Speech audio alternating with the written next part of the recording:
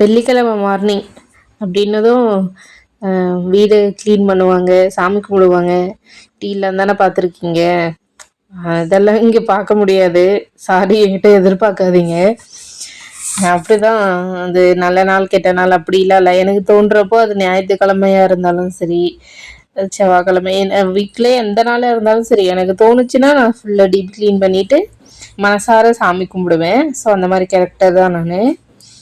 இன்னைக்கு என்ன சமைக்கலான்னு யோசிச்சதே ஒரு மணி நேரம் யோசிச்சிருப்பேன். 6 மணிக்கெலாம் எழுந்துட்டேன். 7 மணி வரைக்கும் என்ன சமைக்கலாம் அப்படிங்கிறதையே யோசிச்சுட்டு இருந்தேன். கடைசியில் தக்காளி சாப்பாடு செய்யலாம் அப்படின்னு ஒரு ஐடியா வந்துச்சு. ஓகே, டான்னு சமைச்சிடலாம், ஏன்னா 7 மணி ஆயிடுச்சு இல்லையா அப்படின்னு சொல்லிட்டு கிச்சன் பக்கம் வந்தவ தான். நான் பாட்டுக்கு சொரக்காய் எடுக்கிறேன், பீட்ரூட் எடுக்கிறேன், பருப்பு வேக போடுறேன். எனக்கே புரியல நம்ம என்ன யோசித்தோம், என்ன செஞ்சிட்ருக்கோன்னு.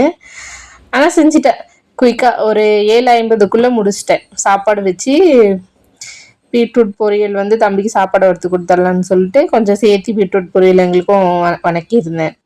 அப்புறம் சொரக்காய் பொரியல், பருப்பு குழம்பு இதெல்லாம் தான் சமைச்சேன். இன்றைக்கி தம்பிக்கு ஃப்ரெண்ட்ஷிப் டே செலிப்ரேஷன் இருந்துச்சு. நான் சொல்லியிருக்கேன் இல்லையா, வீக்லி ஒன்ஸ் வெள்ளிக்கிழமைனா ஏதாச்சும் ஒரு செலிப்ரேஷன் இருக்கும்.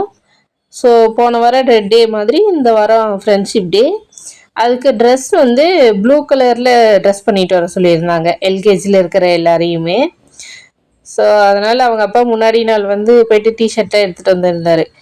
போகும்போதெல்லாம் 2-3 டிஷர்ட் எடுத்துகிட்டு வருவார், சேம் கலரில் எடுத்துகிட்டு வந்துடுவார். ஆனால் பார்த்தா நெக்ஸ்ட் வீக்குக்கு வேறு ஏதாச்சும் கலர் சொல்லி வைப்பாங்க. ஸோ அப்படி தான். அதே மாதிரி தான் இந்த வாரம் ப்ளூ கலர் டிஷர்ட்டெல்லாம் எடுத்துகிட்டு வந்திருந்தார். அவனையும் குளிக்க வச்சு ரெடி பண்ணிவிட்டு ஒரு ஜீன்ஸ் இருந்தது, அதை மேட்ச் பண்ணி அவனுக்கு போட்டு விட்டுட்டேன். மதியம் ஸ்நாக்ஸுக்கு ஆப்பிள் கட் பண்ணி வச்சு கொடுத்து அனுப்பிச்சேன்.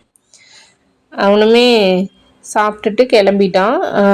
நானுமே சாப்பாடு பொரியெல்லாம் வச்சு எக்ஸ்ட்ரா ஒரு ஆம்லேட் போட்டு சாப்பிட்டு முடிச்சிட்டேன். மதியம் போல் வந்துட்டு ஸ்கூலில் என்ன நடந்தது, நான் மணிலாம் பண்ணேன் அப்படின்ற மாதிரிலாம் சொல்லிட்டு இருந்தான், என்னென்ன பண்ணான்னு. நானுமே அவனுக்கு கோஸ்புல்லெல்லாம் கட் பண்ணி கொடுத்துட்டு சப்பாத்தி சாப்பிட்டான். கொஞ்சம் நேரம் சாப்பிட்டு முடிச்சுட்டு ஈவினிங் போல் தூங்கிட்டேன். நல்லா இன்னைக்கு தலைவலி. காலையில் யோசிச்சது அப்படியே அதோட எஃபெக்ட் சாயங்காலம் வரைக்கும் போல்.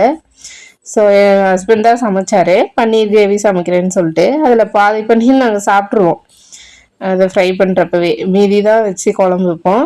ஒரு 10 மணி ஆயிடுச்சு சாப்பிட்டு முடிச்சுட்டு தூங்கவே.